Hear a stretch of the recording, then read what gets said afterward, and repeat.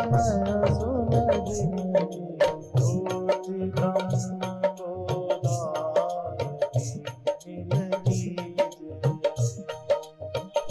मिल मन चेतन में है, चेतन मन में है। तब भी मन के तीन भाग हैं। एक मन को बोलते हैं चेतन मन, दूसरे को बोलते हैं अचेतन मन, तीसरे को बोलते हैं अचेतन मन। यद्यपि सबके पास मन है, भरे विश्लेषण करना नहीं जानते, पर उपयोग सब करते हैं। कभी कभी आपको ही अपनी रखी चीज याद नहीं आती, तो जब रखी थी तो रखने का संस्कार आपके मन में पड़ गया। जैसे मुझे आपने देखा तो मैं आपके मन में बन गया। संस्कार सबके बनते हैं। जैसे आपने मान लो आरती की, तो आपका फोटो भी आपके मन में है, क्योंकि आपने की। और जिसकी की उसका भी फोटो मन में है। तो एक का फोटो आपके मन में है कि मैंने की, करने वाले, और जिनकी की तो दोनों आपके मन में हैं। तो स्वप्न में भी ऐसा देख सकते हो।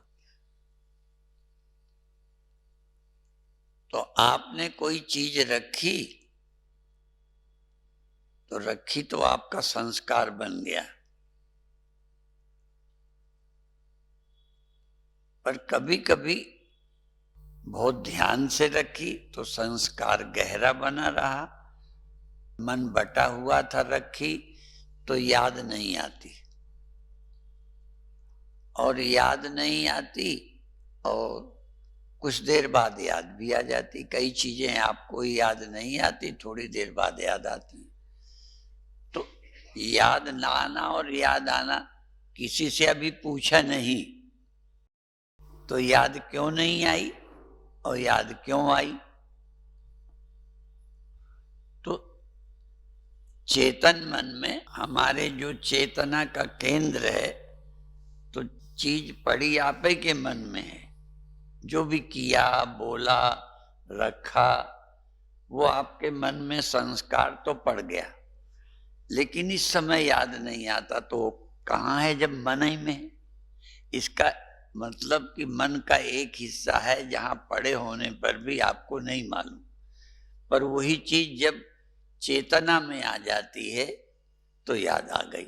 उससे भी ज्यादा एक अचेतन मन है जिसमें पड़ी हुई आपको याद ही नहीं आती। कोई कहे, बताए तो शायद याद आ जाए। ऐसे ये उदाहरण इसलिए दिया है कि हम बताना चाहते हैं कि आत्मा में ही मन है और आपकी आत्मा में ही संसार है। अर्थात ये जो दृष्टा है वो भी चेतन में ही पैदा हुआ। चेतन में ही दृष्टा और चेतन में ही दृश्य, दोनों चेतन में ही रहते हैं। पर दृश्य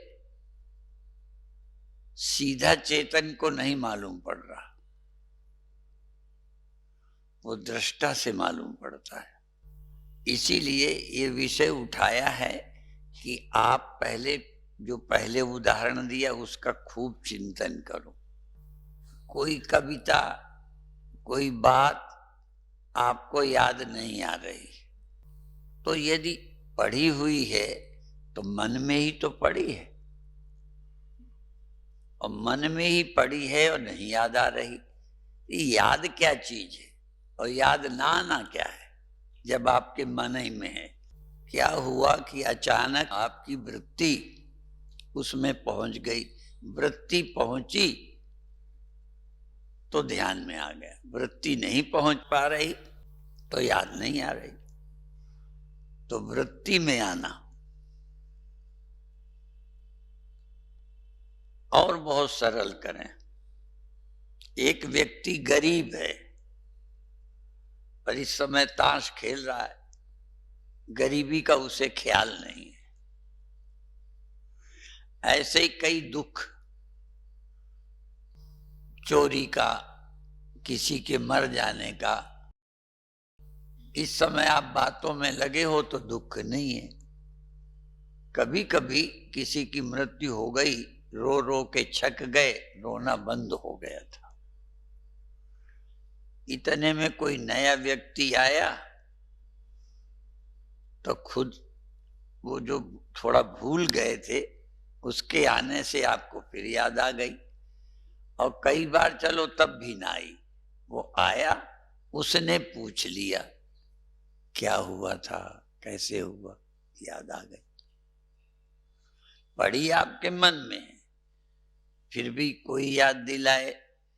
इसीलिए याद आने के लिए 3 बातें लोग कहते हैं: सादृश्य ज्ञान,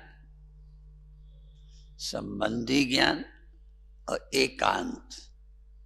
ऐसे यादें आती हैं। जैसे हम और ज्योतिर्मय आनंद रहते हैं, ठीक है, तो कभी ज्योतिर्मय आनंद को देखा तो मेरी याद आ गई। ये संबंधी है, क्योंकि साथ साथ रहते हैं। या मुझे देखा तो उनकी याद आ गई। और या मेरी तरह ही साफी बांधे हैं स्वामी ध्यानानंद, कहीं दूर से किसी ने देखा ध्यानानंद जी को तो हमारी याद आ गई, समानता के कारण। सादृश्य ज्ञान, संबंधी ज्ञान, जिसका जिनसे संबंध है। जैसे हम आपके एक परिवार के व्यक्ति को देखें तो दूसरे की याद आ गई। ये याद आने के नियम है। और एकांत चीज, कभी कभी एकांत में पड़े पड़े अचानक भी ऐसी स्मृतियां आ जाती हैं, है संबंध में।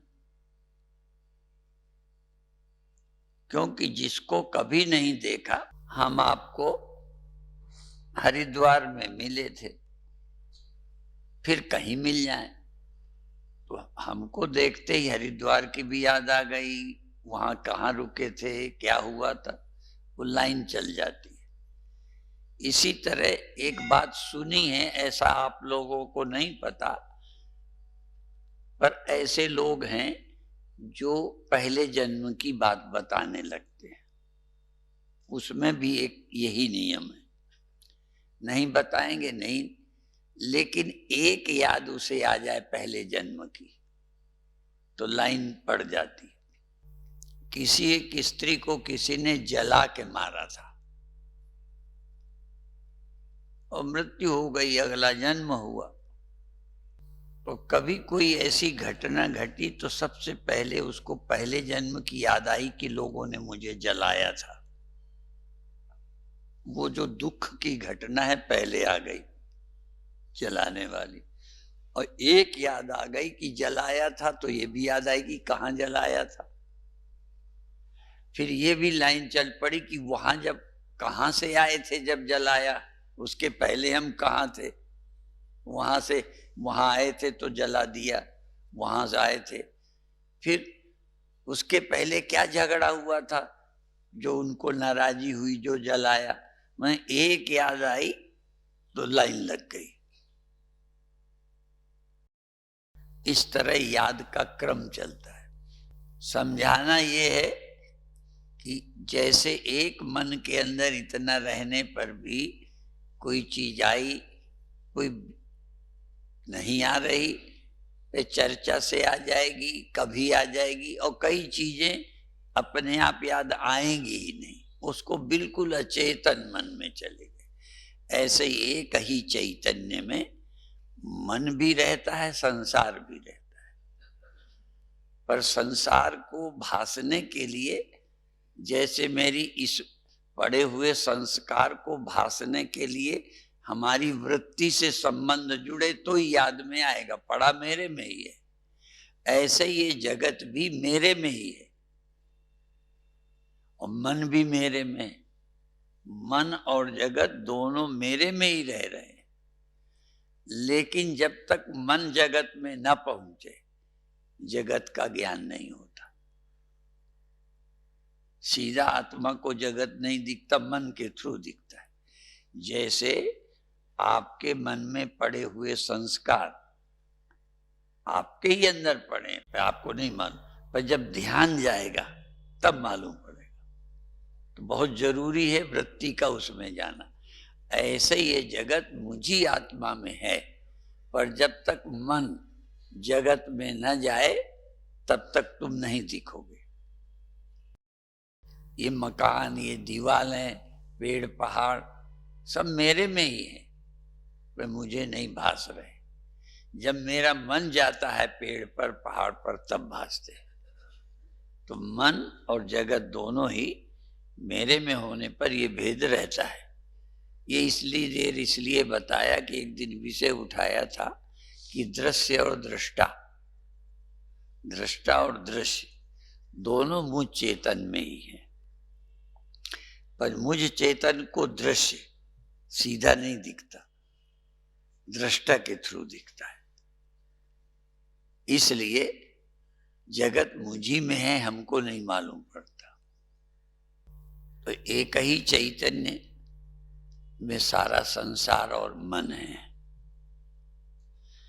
एक दोहा पहले भी बोल चुके हैं, मन, माया, प्रकृति, जगत, चार नाम एक रूप। मन और जगत, प्रकृति, चार नाम है, एक ही है। माने मन और जगत सब एक ही में रहता है, पर मन में एक विशेषता है। इसके कारण मन द्वारा जगत दिखता है, सीधा चेतन को जगत नहीं दिखता। अर्थात आपको अपनी मन में पड़ी याद, संस्कार आपके ही है, पर आपको नहीं मालूम। जब वो वृत्ति करे जाएगी तो मालूम पड़ेगा। तो यहां मन वृत्ति है, समझो।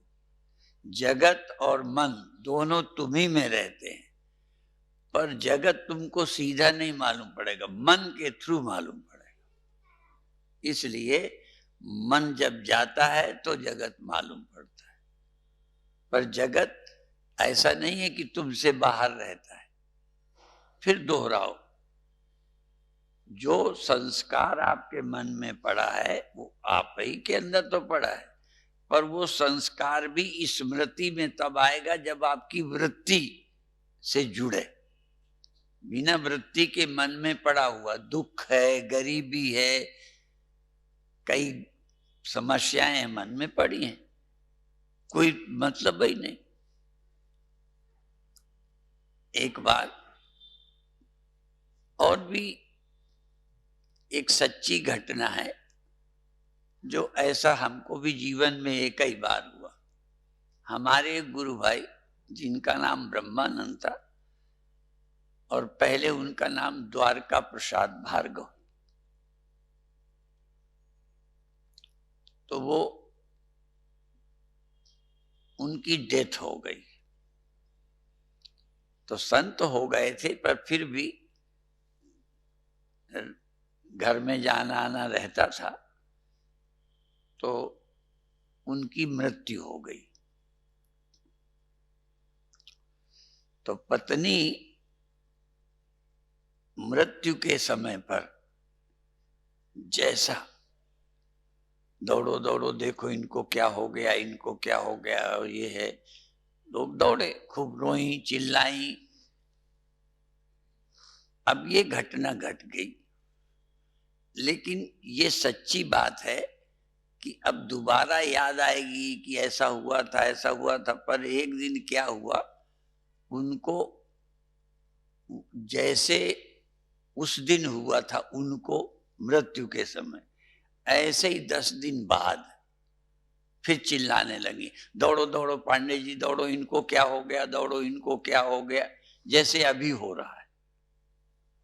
ये घटना हमको जीवन में पहले बार देखने को मिली कि पुरानी बात भी ऐसा नहीं लगा कि उस दिन हुआ था और दुखी हो रहे हैं, रो रहे हैं। बिल्कुल जैसे अभी अभी प्राण छूट रहा है, दौड़ो दौड़ो, देखो क्या हो गया, प्रत्यक्ष ऐसे उनको होने लगा।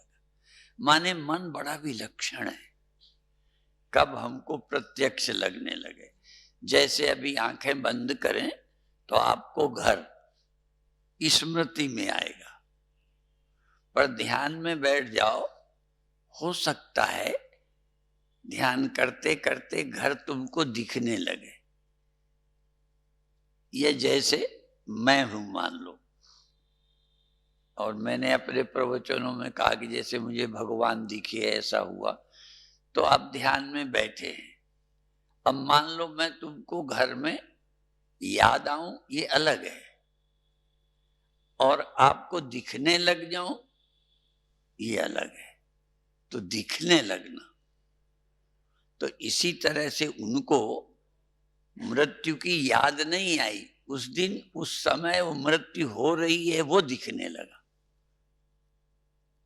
तो इसी तरह ध्यान में भी सूर्य की हमें याद आवे तो आकाश में है और हमें दिखने लग जाए ध्यान में।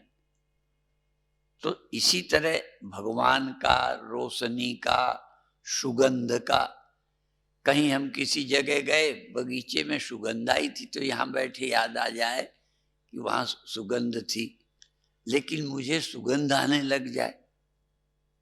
तो ध्यान में ऐसे चमत्कार होते हैं जैसे वो किसी घटना विशेष से उनको पहले की हुई मृत्यु, उस समय मृत्यु हो रही है ऐसा दिख रहा है। तो मन में बड़ी विलक्षण क्षमताएं हैं। तो अभ्यास करने से प्रकाश होना, गुरु का दिखना, भगवान का दिखना, सुगंध आने लगना, ऐसे चमत्कार होने लगते हैं। पर होते बहुत, कब हो जाएंगे, मन कब उतना स्थिति पर पहुंचेगा। तो अभी इतना कह के समाप्त करते हैं।